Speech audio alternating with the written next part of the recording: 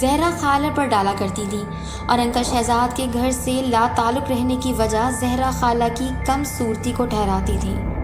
خیر، کبھی کبھی الزامات کا رخ صرف 2 بیٹیوں کی طرف مڑ جاتا، جیسا بیٹا نہ ہو سکنے کی گناہ گار صرف زہرا خالہ ہوں۔ زہرا خالہ بیچاری اپنے نہ کردہ گناہوں پر شرمندہ رہا کرتی تھی اور چپکے چپکے آنسو بہاتی تھی۔ کبھی کبھار جب انکل شہزاد شاید منہ کا مزہ بدلنے کو گھر تشریف لاتے تو زہرا خالہ کو ایک کنیز سے زیادہ حیثیت کبھی نہ دیتے تھے۔ ان کا کام صرف کھانا رکھنے، کپڑے دھونے اور استری کرنے کا رہ جاتا تھا، مگر زہرا خالہ اس پر بھی لاکھ لاکھ شکر بجا لاتی کہ کم از کم ان کے نظروں کے سامنے تو ہیں، اور دیوتا کے تو صرف پوجا کی جاتی ہے، شکایت نہیں کی جاتی۔ بہرحال وقت آگے بڑھا اور انکل شہزاد کی بے اعتنائی اور لا تعلقی باقاعدہ ناپسندیدگی میں بدلنے لگی۔ زہرا خالہ کی ساس ہر وقت انکل شہزاد کی دوسری شادی کا اعلان کرنے لگی تھی۔ ہائے میرا بچہ گھر کی شکل بھول گیا ہے، وہ ہر آنے جانے والے کے سامنے دہراتی۔ وہ بھی کیا کرے جب ایسی منحوس صورت عورت گھر میں موجود ہو نہ ہو، سیارات بن کر چھا گئی ہیں میری چاند جیسے بیٹے کی زندگی پر۔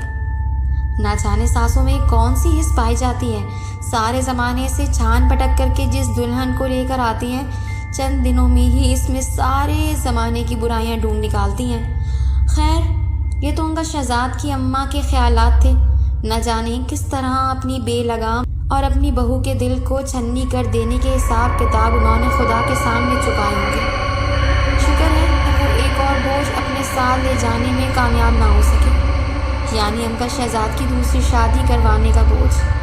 حالانکہ انہوں نے کم ہاتھ پیر نہیں مارے تھے، مگر انکل شہزاد کے نصیب میں کوئی باضابطہ دوسری شادی لکھی ہی نہیں گئی تھی، لیکن ان کے نصیب میں کچھ عجیب و غریب اتفاقات ضرور درج تھے، بے حد پراسرار، بہت ہولناک۔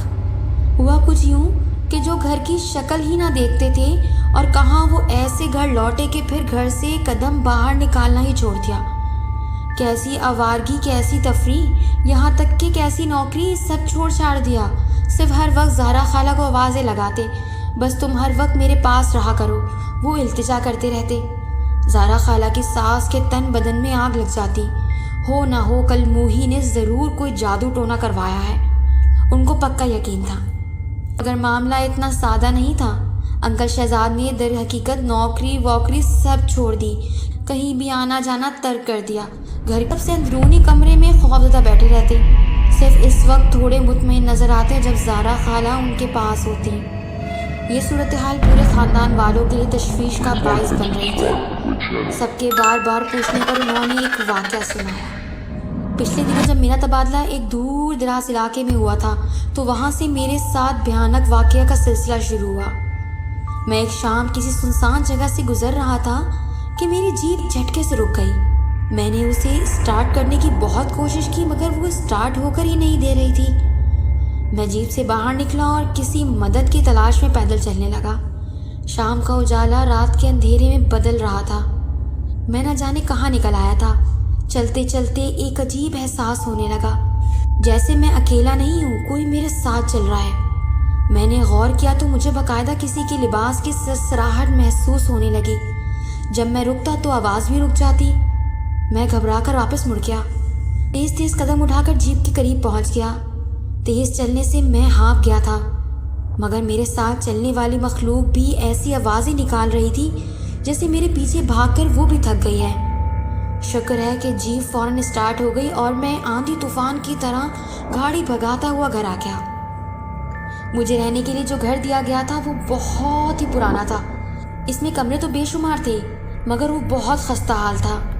میرا ملازم وہیں کا ہی رہنے والا تھا، وہ میرے لیے کھانا بنا دیتا تھا اور صفائی وغیرہ بھی کر دیتا تھا۔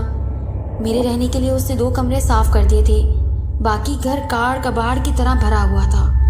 گھر کے 3 طرف بہت بڑا لان تھا جو بالکل اجاڑ تھا۔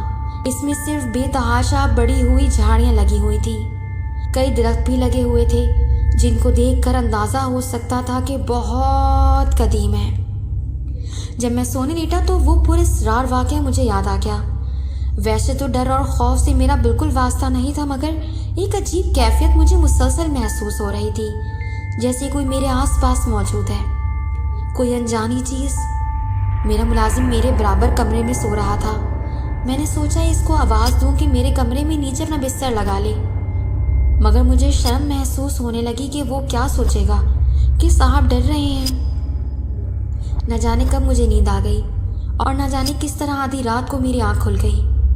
کمرے میں ایک عجیب بو پھیلی ہوئی تھی، بہت ناگوار۔ میں گھبرا کر اٹھ کر بیٹھ گیا۔ اچانک میرے کانوں سے ایک آواز ٹکرانے لگی، ایک چڑچڑاہٹ، جیسے کوئی جھولا جھول رہا ہو اور جھولا بری طرح زنگ آلود ہو۔ آواز رفتہ رفتہ تیز ہو رہی تھی، اتنی تیز کہ کمرے میں دھمک ہونے لگی۔ اس طرح وہ بدبو بھی تیز ہو رہی تھی، جیسے کچھ جل رہا ہو۔ مجھے یاد آیا یہ بدبو تو شام میں بھی محسوس ہوئی تھی جب میری جیبھ بند ہو گئی تھی۔ میں ڈر سے کانپنے لگا کہ اچانک لائٹ بند ہو گئی۔ کمرے میں گھپ اندھیرا ہو گیا۔ شفیق! میں نے ملازم کو آواز دینے کی کوشش کی، مگر میری آواز کمرے میں ہی گونج کر رہ گئی۔ ہمت کر کے میں بستر سے نکلا، ٹٹول کر کھڑکی تک پہنچ گیا۔ ڈرتے ڈرتے پردہ سرکایا اور